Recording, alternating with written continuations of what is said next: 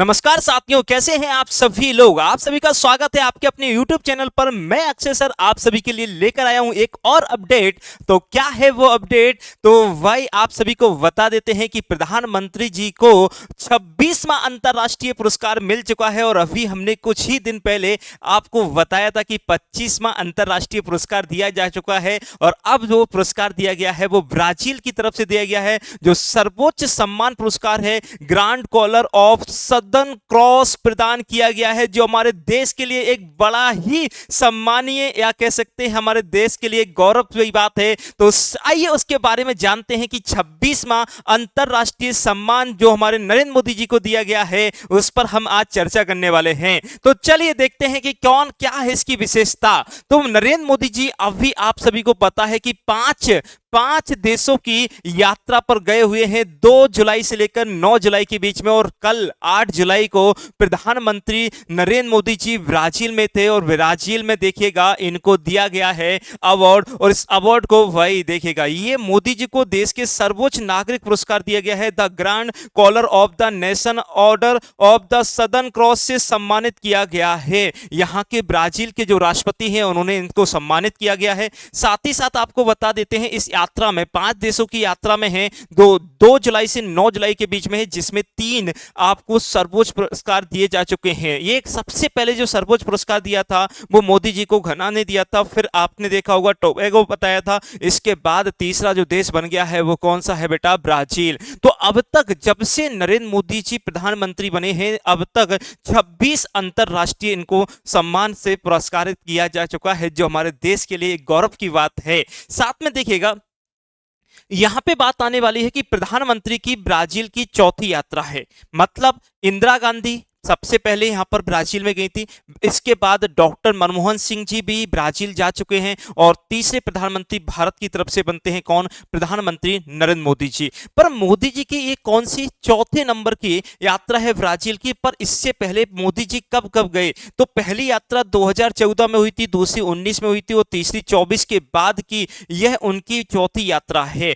पर अभी तक जो मोदी जी गए हैं वो किसी ना किसी सम्मेलन, किसी तरीके से मतलब ये द्विपक्षीय जो आपकी बातचीत होती है उसमें पहली बार गए हुए हैं। अभी तक 2000 जैसे 14 में और 19 में ब्रिक्स शिखर सम्मेलन हुआ था, 24 में G20 शिखर सम्मेलन में भाग लेने के लिए ब्राजील गए थे।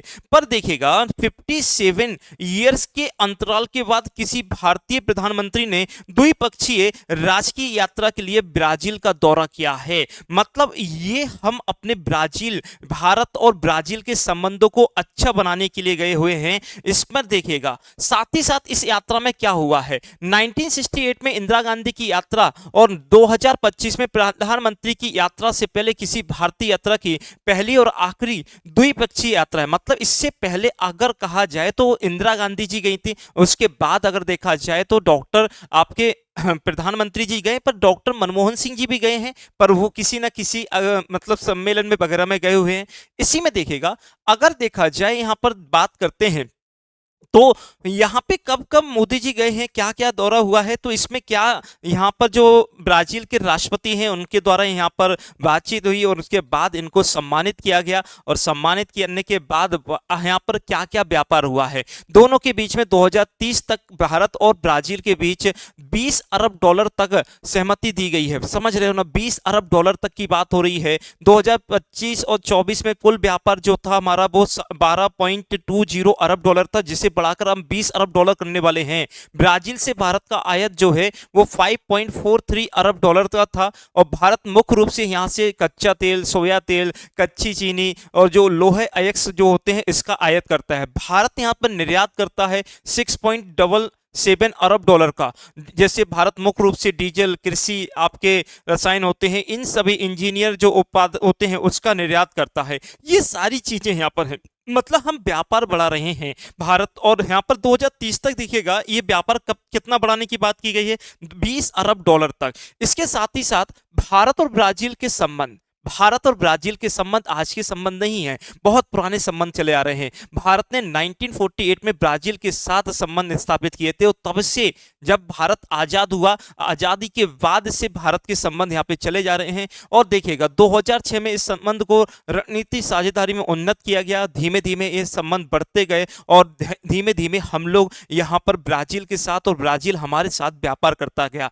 अब देखिएगा यहाँ पे अगर हम ब्राजील की बात करते हैं तो ब्राजील देखिएगा यह क्षेत्रफल और जनसंख्या दोनों की दृष्टि से दुनिया का 5वां सबसे बड़ा देश है और दक्षिण अमेरिका का सबसे बड़ा देश है।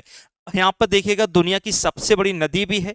इसके साथ साथ आपको ध्यान रखना है ब्राजील एक पुर्तगाली उपनिवेश था जो सितंबर 1822 में स्वतंत्र हुआ था। इसकी राजधानी, इसकी मुद्राएं, इसकी लैंग्वेज क्या होती है और राष्ट्रपति कौन है, ये आपको याद होना ही चाहिए क्योंकि किसी भी एग्जाम में पूछा जा सकता है। इसके साथ अगर आप विनर्स के साथ जुड़ना चाहते हैं तो विनर्स की पब्लिकेशन जो ऐप है वहां से आप बुक को परचेस कर सकते हैं। साथ ही साथ अगर कोई बैच लेना चाहते हैं तो विनर्स इंस्टीट्यूट के ऐप डाउनलोड कर वहां से आप ऑनलाइन बैच भी परचेस कर सकते हैं। अगर आपको ऑनलाइन इंक्वायरी चाहिए तो आप यहाँ पर कॉल या मेल कर सकते हैं और ऑफलाइन के लिए हमारे जो आपका विनर्स इंस्टीट्यूट का विष्णुपुरी आई बस स्टॉप के सामने ऑफलाइन आपका कैंपस है, वहां पर आकर आप यहाँ पर इंक्वायरी ले सकते हैं। साथ ही साथ अगर आपको कोर्स खरीदना है तो कैसे कोर्स खरीदेंगे ये सब बताया गया है। साथ ही साथ आपको बुक परचेस करनी है तो वो भी चीज़ बताई गई है। तो कैसी लगी आपको ये जानकारी और जरूर कमेंट में बताइएगा। इसी प्रकार की जानकारी के लिए जुड़े रहें अपने विनर्स परिवार के साथ। धन्यवाद।